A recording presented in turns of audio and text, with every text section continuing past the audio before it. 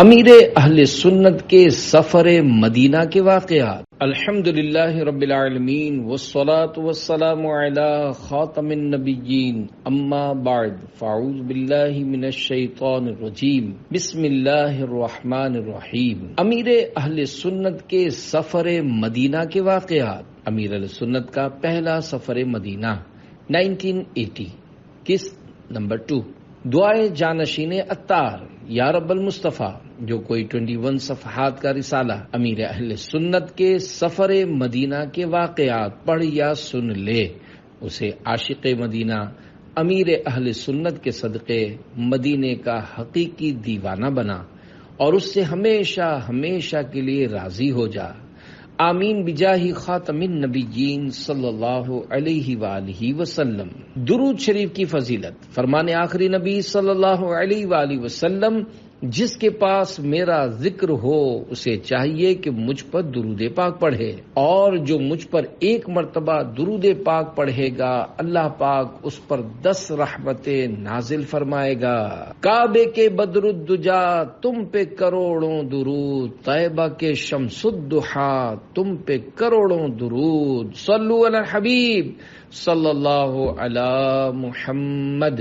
عاشق مدینہ امیر اہل سنت کی آقائے مدینہ صلی اللہ علیہ وآلہ وسلم کے دیار پاک شہر مدینہ میں حاضری کی پہلی رات ہے۔ مسجد نبوی شریف کے ظاہری دروازے بند ہو چکے ہیں۔ ان دنوں مسجد شریف زائرین کے لیے ساری رات نہیں کھلی رہتی تھی۔ مسجد شریف میں چند افراد نماز تہجد کے لیے موجود ہیں۔ صبح صادق کا سہانا وقت ہے۔ امیر اہل سنت ذوق و شوق کے عالم میں نور برساتے، سبز سبز گنبد کی زیارت سے لطف اٹھاتے، قدمین شریفین کی جانب باب جبریل سے سبز سبز گنبد کے نور و ضیاء بار سائے میں، پھر وہاں سے الٹے قدم چل کر دوسری جانب چلے جا رہے ہیں۔ عجیب کیف و سرور بھری دل کی کیفیت ہوگی۔ وہ سبز سبز گنبد جس کی زیارت کے لیے کروڑوں آنکھیں ترستی ہیں، نگاہوں کے سامنے ہے۔ اسی کیف و مستی کے عالم میں تھے کہ ایک امتحان درپیش ہو گیا۔ ہوا کچھ یوں کہ عاشق مدینہ نے تاجدار مدینہ صلی اللہ علیہ وآلہ وسلم کی پیاری پیاری سنت زلفیں سجائی ہوئی تھیں۔ وہاں موجود ایک پولیس اہلکار کو نہ جانے کیا سوجا کہ اس نے آپ کو اپنی طرف بلاتے ہوئے کہا، تعال، یعنی ادھر آئیں۔ جب آپ اس کے پاس تشریف لے گئے تو اس نے پوچھا، یہ کیا کر رہے ہو؟ کوچہ جانا میں ذوق و شوق بھرے ان جذبات کو بھلا الفاظ میں کیسے بیان کیا جا سکتا ہے؟ اللہ بہتر جانے اسے کیا وہم ہو گیا۔ مزید انویسٹیگیشن کرتے ہوئے اس نے آپ سے پاسپورٹ مانگا۔ آپ نے فرمایا وہ تو میری رہائش گاہ پر ہے۔ پھر وہ آپ کی خمدار زلفوں کو دیکھتے ہوئے کہنے لگا، یہ کیا ہے؟ عاشق سنت نے مسکراتے ہوئے جواب دیا، السنہ، یعنی یہ سنت ہے۔ شاید دینی معلومات کم ہونے کے سبب اس نے امیر اہل سنت کی داڑھی شریف کو چھوتے ہوئے کہا، ہذہ سنہ، یعنی یہ داڑھی شریف سنت ہے، زلفیں سنت نہیں۔ یہ سنتے ہی امیر اہل سنت کا خیال اس طرف گیا کہ 1 سال قبل ہی مسجد حرام شریف میں کچھ ایسے شرانگیز لوگ آئے تھے جنہوں نے بڑے بڑے بال رکھے ہوئے تھے۔ انہوں نے وہاں بڑی بے ادبیاں کی اور اس دردناک واقعے میں کئی حجاج کرام شہید بھی ہوئے۔ پھر انہیں پکڑ کر ہمیشہ کی نیند سلا دیا گیا۔ ہو نہ ہو کہیں اس پولیس والے کے ذہن میں یہ تو نہیں آ رہا کہ میں ان میں سے ہوں۔ پھر اس نے اپنے ایک دوسرے ساتھی کو جو قریب بیٹھا اونگ رہا تھا پاؤں سے ٹھوکر مار کر اٹھایا۔ اس نے اٹھتے ہی بندوق سنبھالی۔ نماز فجر کا وقت قریب اور وضو وغیرہ کی حاجت، ایسے میں عاشق مدینہ کا دل بڑا بے قرار ہوا چاہتا تھا کہ نہ جانے یہ کیا کرنا چاہ رہے ہیں۔ پولیس والے نے قریب ہی ایک چھوٹے سے کوٹھڑی نما کمرے کا دروازہ کھول کر اندر داخل ہونے کا کہا۔ آپ دل ہی دل میں یہ سوچ کر پریشان ہو گئے کہ خدا نہ خواستہ اگر مجھے یہاں چھوڑ کر یہ لوگ چلے گئے تو طہارت و وضو نیز نماز کی ادائیگی کیسے ہو سکے گی؟ اسی سوچ میں بے ساختہ آپ کی زبان مبارک سے اپنی مادری میمنی زبان میں نکلا، یا رسول اللہ کدھا پھنسائی ہوئے ہو، یعنی یا رسول اللہ میں کہاں پھنس گیا؟ دیوانہ مدینہ کی زبان سے اس جملے کا نکلنا تھا کہ کے شیر رضا، واللہ وہ سن لیں گے، فریاد کو پہنچیں گے، اتنا بھی تو ہو کوئی جو آہ کرے دل سے، کہ مصداق آقائے مدینہ کی مدد آ گئی، فریاد سن لی گئی۔ پولیس والے نے ایک دم ہنستے اور دروازے کو بند کرتے ہوئے بس اتنا کہا، بال کٹوا دو۔ مدد سرکار فرماتے ہیں دیوانہ اگر کوئی، تڑپ کر یا رسول اللہ کا نعرہ لگاتا ہے۔ صلو علی الحبیب صلی اللہ علی محمد۔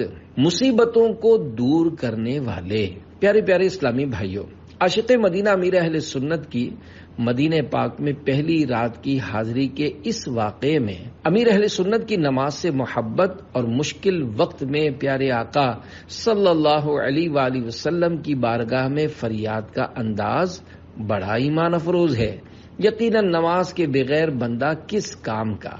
نماز کسی حال میں نہیں چھوٹنی چاہیے، نیز سخت رنج و مصیبت میں جب امتی اپنے پیارے پیارے آخری نبی صلی اللہ علیہ وآلہ وسلم کو یاد کرتا ہے تو حضور صلی اللہ علیہ وآلہ وسلم اپنے پریشان حال امتی کی مدد فرماتے اور مصیبت سے نجات دلاتے ہیں، کیونکہ آپ صلی اللہ علیہ وآلہ وسلم اللہ پاک کی عطا سے غیب جانتے اور پکارنے والے کی امداد فرماتے ہیں۔ آپ صلی اللہ علیہ وآلہ وسلم کا مشہور لقب دافع البلا یعنی مصیبتوں کو دور فرمانے والا ہے، اور آپ کا یہ لقب قرآن کریم سے ثابت ہے، جیسا کہ پارہ 9 سورۃ الانفال آیت نمبر 33 میں ارشاد باری ہے، وَمَا كَانَ اللَّهُ لِيُعَذِّبَهُمْ وَأَنْتَ فِيهِمْ۔ ترجمہ کنز الایمان، اور اللہ کا کام نہیں کہ انہیں عذاب کرے جب تک اے محبوب تم ان میں تشریف فرما ہو۔ میرے آقا اعلی حضرت امام اہل سنت مولانا شاہ امام احمد رضا خان رحمت اللہ علیہ فرماتے ہیں، سبحان اللہ، ہمارے حضور دافع البلا صلی اللہ علیہ وآلہ وسلم کفار پر سے بھی سبب دفع بلا ہیں، اور مسلمانوں پر تو خاص رؤوف و رحیم ہیں صلی اللہ علیہ وآلہ وسلم۔ حضرت شاہ ولی اللہ محدث دہلوی رحمت اللہ علیہ لکھتے ہیں، ہمیں نظر نہیں آتا مگر حضور صلی اللہ علیہ وآلہ وسلم ہر مصیبت کے وقت غم خواری فرماتے ہیں۔ تڑپ کر غم کے مارو تم پکارو یا رسول اللہ، تمہاری ہر مصیبت دیکھنا دم میں ٹلی ہوگی۔ غلط فہمی کا ازالہ۔ 7ویں صدی ہجری کے عظیم بزرگ امام تقی الدین سبکی شافعی رحمت اللہ علیہ فرماتے ہیں، حضور صلی اللہ علیہ وآلہ وسلم سے مدد مانگنے کا یہ مطلب نہیں کہ حضور خالق و فاعل مستقل یعنی اللہ پاک کی عطا کے بغیر مدد فرمانے والے ہیں، یہ تو کوئی مسلمان ارادہ نہیں کرتا۔ تو اس معنی پر کلام کو ڈھالنا یعنی حضور صلی اللہ علیہ وسلم سے مدد مانگنے کو اللہ پاک سے ملانا اور حضور صلی اللہ علیہ وآلہ وسلم سے مدد مانگنے کو منع کرنا دین میں مغالطہ دینا اور مسلمانوں کو پریشانی میں ڈالنا ہے۔ حشر میں ہم بھی سیر دیکھیں گے، منکر آج ان سے التجا نہ کرے۔ شرح کلام رضا۔ میرے آقا اعلی حضرت رحمت اللہ علیہ شعر میں فرماتے ہیں، جو لوگ آج دنیا میں اللہ پاک کے پیاروں کو بے اختیار سمجھتے ہیں، روز محشر ہم بھی ان کا خوب تماشا دیکھیں گے کہ کس طرح بے بسی اور بے چینی کے ساتھ انبیاء کرام علیہم السلام کے پاک درباروں میں شفاعت کی بھیک لینے کے لیے دھکے کھا رہے ہوں گے، مگر ناکامی کا منہ دیکھیں گے۔ جبھی تو کہا جا رہا ہے، آج لے ان کی پناہ، آج مدد مانگ ان سے، پھر نہ مانیں گے قیامت میں اگر مان گیا۔ شرح کلام رضا یعنی آج اختیارات مصطفیٰ صلی اللہ علیہ وآلہ وسلم کا اعتراف کر لے اور ان کے دامن کرم کی پناہ میں آ جا اور ان سے مدد مانگ۔ اگر تو نے یہ ذہن بنا لیا کہ سرکار مدینہ صلی اللہ علیہ وآلہ وسلم اللہ پاک کی عطا سے بھی مدد نہیں کر سکتے، تو یاد رکھ کل بروز قیامت جب اللہ پاک کے پیارے نبی صلی اللہ علیہ وآلہ وسلم کی شان محبوبی ظاہر ہوگی اور تو اختیارات تسلیم کر لے گا اور شفاعت کی صورت میں مدد کی بھیک لینے دوڑے گا، تو اس وقت سرکار نامدار صلی اللہ علیہ وآلہ وسلم نہیں مانیں گے کہ دنیا دار العمل یعنی عمل کی جگہ تھی، اگر وہیں مان لیتا تو کام ہو جاتا، اب ماننا کام نہ دے گا، کیونکہ آخرت دار العمل نہیں، دار الجزا یعنی دنیا میں جو عمل کیا اس کا بدلہ ملنے کی جگہ ہے۔ بیٹھتے اٹھتے مدد کے واسطے یا رسول اللہ کہا، پھر تجھ کو کیا؟ صلو علی الحبیب صلی اللہ علی محمد۔ خواب میں تشریف لا کر دلجوئی فرمائی۔ مکہ مدینے کے تاجدار، سارے نبیوں کے سردار صلی اللہ علیہ وآلہ وسلم اپنے غلاموں کے حالات سے کیسے خبردار ہیں؟ اس ضمن میں امیر اہل سنت کے 1980 عیسوی کے سفر مدینہ کا ایک اور واقعہ سنیے اور جھومیے۔ سیدی قطب مدینہ رحمت اللہ علیہ کے ایک مرید حاجی اسماعیل مرحوم بمبئی ہند کے رہنے والے تھے۔ یہ مدینہ پاک میں سالہ سال رہتے رہے۔ انہوں نے عاشق مدینہ امیر اہل سنت کو بتایا کہ ایک بڑی عمر کی خاتون سنہری جالیوں کے سامنے حاضر ہو کر اپنے سادہ سے انداز میں بارگاہ رسالت مآب صلی اللہ علیہ وآلہ وسلم میں سلام عرض کر رہی تھی۔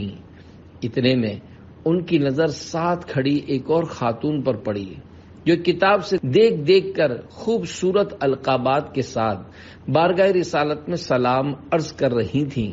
بڑی بھی یہ دیکھ کر اداس ہو کر کہنے لگیں، یا رسول اللہ صلی اللہ علیہ وآلہ وسلم، میں تو اتنی پڑھی لکھی نہیں ہوں، آپ تو شاید اسی اچھے انداز سے پڑھنے والی خاتون ہی کا سلام قبول فرمائیں گے، میرا سلام آپ کو بھلا کیسے پسند آئے گا؟ اتنا کہہ کر وہ غمزدہ ہو کر رونے لگیں۔ جب رات وہ سوئیں تو ان کی قسمت جاگ گئی۔ اللہ پاک کی عطا سے دلوں کی بات جاننے والے غمخوار آقا صلی اللہ علیہ وآلہ وسلم نے خواب میں تشریف لا کر ارشاد فرمایا، مایوس کیوں ہوتی ہو؟ ہم نے تمہارا سلام سب سے پہلے قبول فرمایا ہے۔ تم اس کے مددگار ہو، تم اس کے طرفدار جو تم کو نکمے سے نکما نظر آئے، لگاتے ہیں اس کو بھی سینے سے آقا جو ہوتا نہیں منہ لگانے کے قابل۔ صلو علی الحبیب صلی اللہ علی محمد۔ امیر اہل سنت اور زخم مدینہ۔ 1980 میں امیر اہل سنت کے پہلے سفر مدینہ کے موقع پر مسجد نبوی شریف کے مبارک دروازے، جسے سلطان عبد المجید کی نسبت سے باب مجیدی کہتے ہیں، کی جانب سڑکیں کھدی ہوئی تھیں اور روڈ پر سنگریزے ابھرے ہوئے تھے۔ عاشق مدینہ امیر اہل سنت ننگے پاؤں مدینہ پاک کی مبارک شاہراہوں پر چلتے ہوئے اپنے پیر و مرشد کے آستانے کی جانب حاضری کے لیے بڑھے جا رہے تھے کہ ایک پتھر شریف سے پاؤں میں چوٹ لگ گئی۔ پاؤں میں ورم اور سوجن کے سبب چلنے میں تکلیف ہونے لگی۔ ایک صاحب جو اسپتال میں کام کرتے اور سیدی قطب مدینہ رحمت اللہ علیہ کے آستانہ عالیہ پر حاضر ہوا کرتے تھے، انہیں ڈاکٹر صاحب اور عاشق کے لقب سے بلایا جاتا تھا۔ عاشق مدینہ امیر اہل سنت کی جب ان سے ملاقات ہوئی اور بات چیت ہوئی تو وہ واقعی بڑے عاشق نکلے۔ کہنے لگے، یہ تو مدینے کی چوٹ ہے، اس کا علاج کیسا؟ پھر انہوں نے چند بزرگوں کے واقعات سنائے، جنہیں سنتے ہی امیر اہل سنت نے فرمایا، میں اس زخم مدینہ کا علاج نہیں کرواؤں گا، گویا یہ زخم ہے طیبہ کا، یہ سب کو نہیں ملتا، کوشش نہ کرے کوئی اس زخم کو سینے کی۔ اسی تکلیف کے ساتھ آپ ننگے پاؤں چلتے رہے۔ ایک بار یوں ہی درد کے عالم میں چلتے ہوئے سنہری جالیوں پر حاضر ہو کر آقائے مدینہ صلی اللہ علیہ وآلہ وسلم کی بارگاہ میں عرض کی، یا رسول اللہ، یہ آپ کی مبارک گلی کی چوٹ ہے اور آپ کو میرے حالات کی سب خبر ہے، اگر میں صبر کر سکوں تب تو یہ درد زندگی بھر میرے ساتھ رہے، اور اگر آپ یہ سمجھتے ہیں کہ میں صبر نہیں کر پاؤں گا تو آپ نے ہی اسے ٹھیک فرمانا ہے، میں اس کا علاج نہیں کروں گا۔ عاشق مدینہ ناز بھرے انداز میں یہ عرض کر کے واپس اپنی قیام گاہ پر آ گئے۔ گرمی شریف کی حاضری اور دھوپ شریف میں سکائی کے سبب 2-4 دن میں وہ درد خود بخود چلا گیا۔ شافی و نافی ہو تم، کافی و وافی ہو تم، درد کو کر دو دوا، تم پہ کروڑوں درود۔ مدینے دیاں پاک گلیاں، اے عاشق مدینہ، کائنات کی حسین ترین مسجد، عاشقوں کی آنکھوں کی ٹھنڈک مسجد نبوی شریف میں عموماً امیر اہل سنت اکیلے حاضری دیتے ہیں۔ عاشقان رسول کی دینی تحریک دعوت اسلامی کی شروعات نہیں ہوئی تھی۔ ایک سہانی شام کو عاشق مدینہ مسجد نبوی شریف میں حاضری دینے کے بعد باب جبریل سے نکل کر جنت البقیع کی جانب تنہا مدینے کی گلیوں میں جا رہے تھے۔ اس مبارک دور میں باب جبریل کے سامنے کچھ عمارتیں تھیں جن کے بیچ ایک پرکیف جو دیکھنے میں چھوٹی مگر عظمت کے لحاظ سے بہت بڑی بل کھاتی مبارک گلی جنت البقیع کی طرف جاتی تھی۔ بابرکت کیوں نہ ہو کہ شہر مدینہ کی گلی ہونے کا شرف جو پایا، مزید باعث فضیلت یوں کہ اس مبارک گلی میں کئی مکانات شریف کے بارے میں مشہور تھا کہ یہ اہل بیت اطہار کے مکانات عظمت نشان ہیں، اور باب جبریل کے سامنے والے مکان کے بارے میں بتایا جاتا تھا کہ یہ مسلمانوں کے پہلے خلیفہ عاشق اکبر حضرت صدیق اکبر رضی اللہ عنہ کا مکان عالی شان تھا۔ اس خوش نصیب گلی کو عاشقان رسول بہشتی گلی یعنی جنتی گلی کہا کرتے تھے، لیکن اب وہ گلی شریف ظاہری آنکھوں سے نہیں دیکھی جا سکتی کیونکہ اسے شہید کر کے مسجد شریف میں ہی شامل کر دیا گیا ہے۔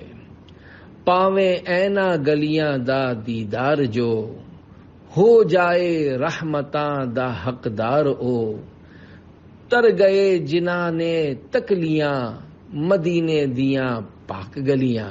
صلو علی الحبیب صلی اللہ علی محمد۔ نام مدینہ کا ادب۔ عاشق مدینہ باب جبریل سے آقا مدینہ کے شہر مدینہ کی بابرکت گلیوں سے گزر رہے تھے کہ سامنے زمین پر ایک چیز پر المدینہ لکھا ہوا دیکھا۔ دل پسیج گیا کہ وہ مدینہ جس کا نام لینے سے منہ میں شہد گھل جائے، وہ مدینہ جس کے نام سے عاشقوں کی آنکھوں سے آنسو جاری ہو جائیں، وہ مدینہ کہ جس کا نام لینے سے نسیم خلد یعنی جنت کی ہوا چلنے لگے، جیسا کہ اعلیٰ حضرت رحمت اللہ علیہ لکھتے ہیں، نام مدینہ لے دیا چلنے لگی نسیم خلد، سوزش غم کو ہم نے بھی کیسی ہوا بتائی کیوں۔ وہ مدینہ جو ساری کائنات کا نگینہ، آقا مدینہ صلی اللہ علیہ وآلہ وسلم کا بابرکت شہر ہے، اس مبارک نام کو عقیدت و شوق سے چوم لیا۔ ایک بڑی عمر کے شخص نے یہ دیکھا تو نہ جانے اپنی زبان میں کیا کہنے لگا۔ امیر اہل سنت نام مدینہ چوم کر کچھ آگے بڑھے ہی تھے کہ پیچھے سے کسی کے سلام کرنے کی آواز آئی۔ مڑ کر دیکھا تو ایک پاکستانی شخص تھا۔ اس نے بڑے اچھے انداز سے ملاقات کی اور عرض کیا، اس شخص کا برا نہ منائیے، آپ کے سنہری جالیوں پر حاضری دینے کے وقت سے میں آپ کو دیکھتا آ رہا ہوں، مجھے آپ کے انداز بہت اچھے لگے ہیں، آپ ہمارے گھر چلیں اور میرے یہاں کھانا کھائیں۔ عاشق مدینہ نے فرمایا، مجھے کھانے کی طلب نہیں۔ پھر اس نے عرض کیا، چلیں مجھ سے کچھ رقم تحفتاً قبول فرما لیں۔ عاشق مدینہ کبھی نہ ختم ہونے والی عشق رسول کی دولت سے مالا مال تھے، انہیں دنیا کی ناپائیدار دولت سے کیا سروکار۔ آپ نے رقم لینے سے انکار کرتے ہوئے فرمایا، الحمدللہ میرے پاس رقم موجود ہے۔ پھر اس نے اپنے یہاں قیام کرنے کی دعوت پیش کی تو آپ نے فرمایا، الحمدللہ میرے پاس ٹھہرنے کی جگہ بھی ہے۔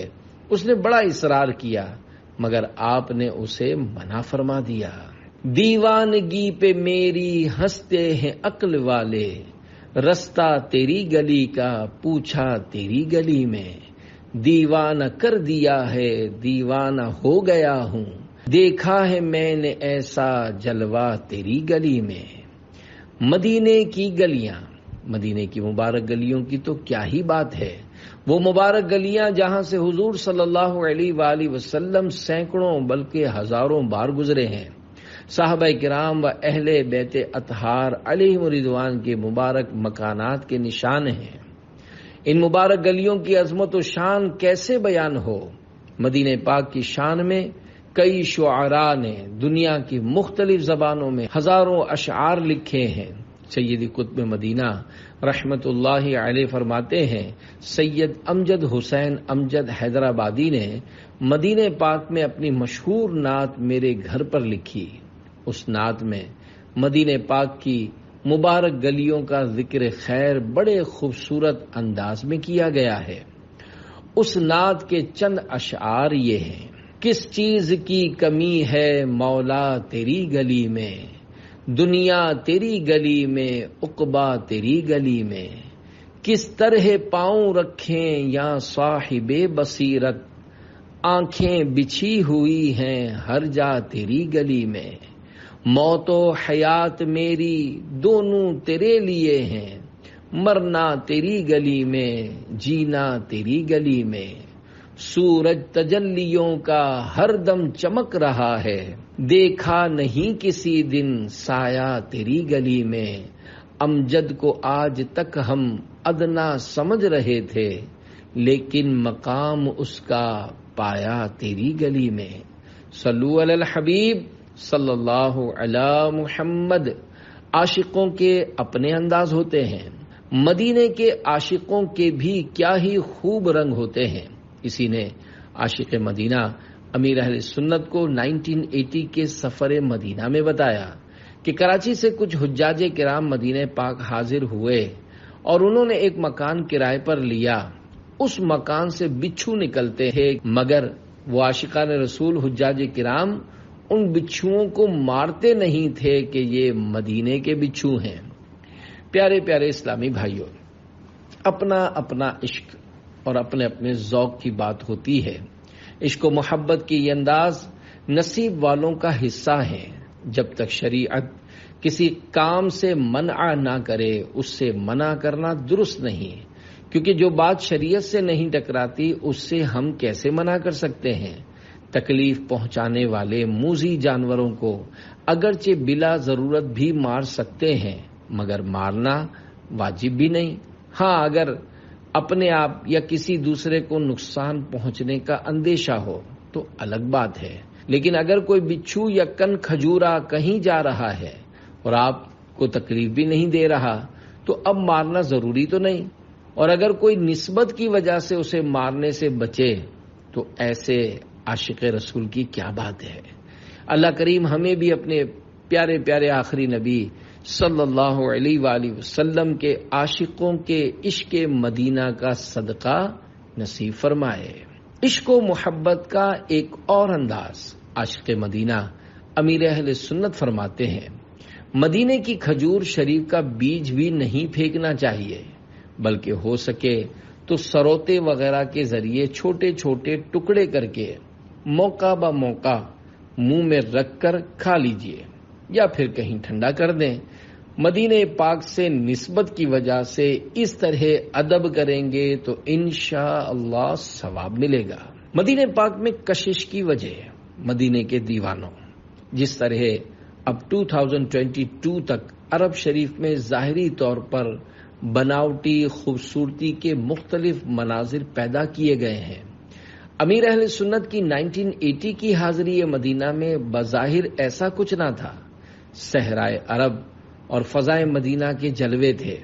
مختلف شعراء نعتوں میں مدینہ پاک کو گلزار مدینہ، باغ مدینہ، گلشن مدینہ وغیرہ کے الفاظ سے بیان کرتے ہیں، جس سے یوں لگتا تھا کہ شاید وہاں بظاہر بھی ہر طرف ہریالی ہی ہریالی اور خوبصورت مناظر یعنی سینریز ہوں گی، مگر عاشق مدینہ کے عشق مدینہ نے جواب دیا، اگر مدینہ پاک میں واقعی ظاہری قدرتی ایسی ہریالیاں اور خوبصورت مناظر ہوتے تو شاید کوئی کہہ سکتا تھا کہ لوگ مدینے میں ان خوبصورت مناظر کو دیکھنے جاتے ہیں، جبکہ حقیقت میں ایسا نہیں۔ عاشقوں کے دل و دماغ میں دنیا کا خوبصورت ترین منظر سبز سبز گنبد شریف اور سنہری جالیوں کے جلوے سمائے ہوئے ہیں۔ عشاق مدینہ اس لیے مدینہ مدینہ کہہ رہے ہیں، مدینے کے لیے تڑپ رہے ہیں، اس کو دیکھنے کے لیے ترس رہے ہیں کہ وہاں آقا مدینہ صلی اللہ علیہ وآلہ وسلم بنفس نفیس تشریف فرما ہیں۔ ایک اور شاعر نے کتنی پیاری بات کہی ہے، صحرائے مدینہ کے جب دیکھ لیے جلوے، گلشن کے نظارے سب بیکار نظر آئے۔ صلو علی الحبیب صلی اللہ علی محمد۔ یاد مدینہ پر کلام لکھ دیا۔ عاشق مدینہ امیر اہل سنت نے حرمین طیبین کے زائرین کی رہنمائی کے لیے رفیق الحرمین نامی ایک کتاب لکھی ہے، جس میں مکہ مدینے میں حاضری کے آداب کے ساتھ ساتھ حج و عمرہ کا طریقہ اور حج عمرے کے اہم دینی مسائل کا بیان ہے۔ اس کتاب کو دعوت اسلامی کی ویب سائٹ www.dawatislami.net سے فری ڈاؤن لوڈ کیا جا سکتا ہے۔ نیز زائرین مدینہ کو یہ کتاب تحفتاً پیش کیجیے، انشاءاللہ الکریم ثواب کا خزانہ ہاتھ آنے کے ساتھ ساتھ خوب معلومات میں اضافہ ہوگا۔ آپ فرماتے ہیں، میں اس کتاب کو یکسوئی سے لکھنے کے لیے کلفٹن کراچی پاکستان میں دعوت اسلامی کی مرکزی مجلس شورا کے رکن حاجی عبدالحبیب اتاری کے والد صاحب حاجی یعقوب گنگ صاحب مرحوم کے ہاں ٹھہرا ہوا تھا۔ رفیق الحرمین کتاب کی تصنیف اور اس کے حوالے سے دیگر دلچسپ معلومات پر شعبہ ہفتہ وار رسائل کی جانب سے ان قریب ایک رسالہ جاری ہوگا انشاءاللہ الکریم۔ موسم بہار شروع ہوا تو گھروں کے باہر کیاریوں میں رنگ برنگے پھول کھلنا شروع ہوئے۔ ہر گھر کے باہر پھول ہی پھول تھے۔ اسی لمحے میری توجہ صحرائے مدینہ کی رونق کی طرف گئی تو قلب عطار نے یہ فیصلہ کیا کہ صحرائے مدینہ کی پرکیف رونقوں کے سامنے ان پھولوں کی رونق کچھ بھی نہیں، کیونکہ اس رونق میں گم ہو کر آدمی غفلت میں ڈوب سکتا ہے، جبکہ بندہ یاد مدینہ میں جتنا بڑھتا جائے اتنا ہی منزل کے قریب ہوتا چلا جائے گا۔ انہی سوچوں میں عاشق مدینہ نے قلم لیا اور اپنی دلی کیفیات کو کچھ اس طرح اشعار کی صورت میں قلم بند کیا۔ جس طرف دیکھیے گلشن میں بہار آئی ہے، دل مگر دشت مدینہ کا تمنائی ہے، خوشنما پھول گلستان میں کھلے ہیں لیکن میرا دل خار مدینہ ہی کا شیدائی ہے۔ مکمل کلام پڑھنے کے لیے وسائل بخشش کتاب صفحہ 494 کا مطالعہ کیجیے۔ صلو علی الحبیب صلی اللہ علی محمد۔ مزار امیر حمزہ پر حاضری۔ پیارے پیارے اسلامی بھائیوں، سارا مدینہ ہی زیارت گاہ ہے، کیا کوہسار مدینہ اور کیا صحرائے مدینہ۔ مدینہ پاک کے خار ہوں یا مبارک غار، ہر طرف بہار ہی بہار ہے۔ مدینہ پاک کی مبارک زیارت گاہوں میں سے ایک اہم زیارت جبل احد شریف اور مزار حضرت امیر حمزہ رضی اللہ عنہ ہے۔ عاشق مدینہ امیر اہل سنت نے کئی بار ام رسول اسد اللہ و اسد رسول ہی، یعنی اللہ پاک اور اس کے پیارے پیارے آخری رسول کے شعر حضرت امیر حمزہ رضی اللہ عنہ کے مزار مبارک پر حاضری کی سعادت پائی۔ امیر اہل سنت کراچی سے اکیلے ہی سفر مدینہ پر روانہ ہوئے تھے، مگر وہاں ایک جاننے والے مل گئے تھے۔ اب ان کے ساتھ حاضری کے لیے گئے۔ حضرت امیر حمزہ رضی اللہ عنہ کے مزار شریف کے ساتھ دیگر شہدائے احد کے جانباز صحابہ کرام علیم رضوان بھی آرام فرما ہیں۔ ان مزارات مبارکہ پر حاضری بڑی سعادت کی بات ہے، کیونکہ حضور پاک صلی اللہ علیہ وآلہ وسلم خود ہر سال کے شروع یا آخر میں شہدائے احد رضی اللہ عنہم کی زیارت کو تشریف لے جاتے ہیں۔ شہدائے احد سلام کا جواب دیتے ہیں۔ ایک روایت میں ہے کہ اللہ پاک کے رحمت والے نبی صلی اللہ علیہ وآلہ وسلم زیارت شہدائے احد کو تشریف لے گئے اور عرض کی، یا اللہ پاک، تیرا بندہ اور تیرا نبی گواہی دیتا ہے کہ یہ شہید ہیں، اور قیامت تک جو ان کی زیارت کو آئے گا اور ان پر سلام کرے گا یہ جواب دیں گے۔ شہدائے احد کی کرامت۔ تقریباً 1000 سال پہلے کے بزرگ حضرت امام ابو بکر احمد بن حسین بیہقی رحمۃ اللہ علیہ اپنی کتاب دلائل النبوہ میں لکھتے ہیں، ایک صاحب کہتے ہیں کہ مجھے میرے والد محترم مدینہ پاک سے شہدائے احد کے مزارات کی طرف لے گئے۔ جمعہ کا دن تھا، صبح ہو چکی تھی مگر سورج ابھی طلوع نہیں ہوا تھا۔ میں اپنے والد محترم کے پیچھے تھا۔ جب ہم مزارات شریف پر پہنچے تو میرے والد صاحب نے بلند آواز سے عرض کیا، سلام علیکم بما صبرتم فنعم عقبی الدار، یعنی تم پر سلامتی ہو کیونکہ تم نے صبر کیا تو آخرت کا اچھا انجام کیا ہی خوب ہے۔ جواب آیا، وعلیکم السلام یا ابا عبداللہ۔ میرے والد صاحب نے میری طرف مڑ کر دیکھا اور کہا کہ اے میرے بیٹے، تو نے جواب دیا ہے؟ میں نے کہا نہیں۔ انہوں نے میرا ہاتھ پکڑ کر اپنی سیدھی طرف کر لیا اور دوبارہ یہی سلام عرض کیا۔ دوبارہ ویسا ہی جواب ملا۔ تیسری بار پھر سلام کیا تو پھر وہی جواب عنایت ہوا۔ اس پر میرے والد محترم اللہ پاک کی بارگاہ میں سجدہ شکر میں گر پڑے۔ سیدی حمزہ کو اور جملہ شہیدان احد کو بھی اور سب غازیوں کو، شہ سواروں کو سلام۔ اے عاشقان رسول، صحابہ کرام و اولیاء اعظام علیہم رضوان کے مزارات شریف پر حاضری دینا اور ان کی بارگاہ میں سلام عرض کرنا خوش نصیبوں کا حصہ ہے۔ دیکھیے، تقریباً 1000 سال پہلے کے بزرگ رحمت اللہ علیہ کی کتاب سے مزارات شریف پر حاضری کا ثبوت ملا اور شہدائے احد کی کرامت بھی ظاہر ہوئی۔ جانثار صحابہ کرام علیہم رضوان نے نہ صرف سلام کا جواب دیا بلکہ اللہ پاک کی عطا سے سلام کرنے والے کا نام و کنیت تک جان لی۔ اللہ رب العزت کی ان پر رحمت ہو اور ان کے صدقے ہماری بے حساب مغفرت ہو، آمین بجاہ خاتم النبیین صلی اللہ علیہ وآلہ وسلم۔ اللہ غنی شان ولی راج دلوں پر، دنیا سے چلے جائیں حکومت نہیں جاتی۔ اللہ پاک کے پیارے پیارے آخری نبی صلی اللہ علیہ وآلہ وسلم جب خود شہدائے احد کے مزارات پر تشریف لے گئے تو اب کسی اللہ والے کے مزار شریف پر جانے میں کیا حرج ہو سکتا ہے؟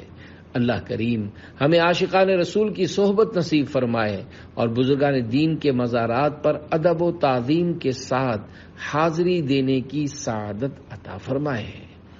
آل و اصحاب سے محبت ہے اور سب اولیاء سے الفت ہے۔ صلو علی الحبیب صلی اللہ علی محمد۔ عاشق رسول جنتی پہاڑ، عاشق مدینہ امیر اہل سنت شہدائے احد کی خدمت میں حاضری دینے کے بعد مدینہ پاک کے مشہور و معروف عاشق رسول پہاڑ کی زیارت کے لیے چلے۔ یہ ایسا خوش نصیب پہاڑ ہے کہ اس کی خوش قسمتی پر جتنا رش کیا جائے اتنا کم ہے۔ کاش میں اس مبارک پہاڑ کا ایک چھوٹا سا پتھر ہوتا۔ اس سعادت مند پہاڑ پر قدم مصطفیٰ صلی اللہ علیہ وآلہ وسلم لگے ہیں اور حضور صلی اللہ علیہ وآلہ وسلم نے اس پہاڑ کے بارے میں ارشاد فرمایا ہے، ھذا احد یحبنا ونحبہ، یعنی یہ احد پہاڑ ہم سے محبت کرتا ہے اور ہم اس سے محبت کرتے ہیں۔ حضرت مفتی احمد یار خان رحمت اللہ علیہ فرماتے ہیں، احد شریف مدینہ پاک سے بجانب مشرق تقریباً 3 میل دور ایک پہاڑ ہے۔ مدینہ منورہ خصوصاً جنت البقیع سے صاف نظر آتا ہے۔ وہاں شہدائے احد خصوصاً سید الشہداء امیر حمزہ رضی اللہ عنہم کے مزارات ہیں۔ زائرین جوق در جوق اس پہاڑ کی زیارت کرتے ہیں۔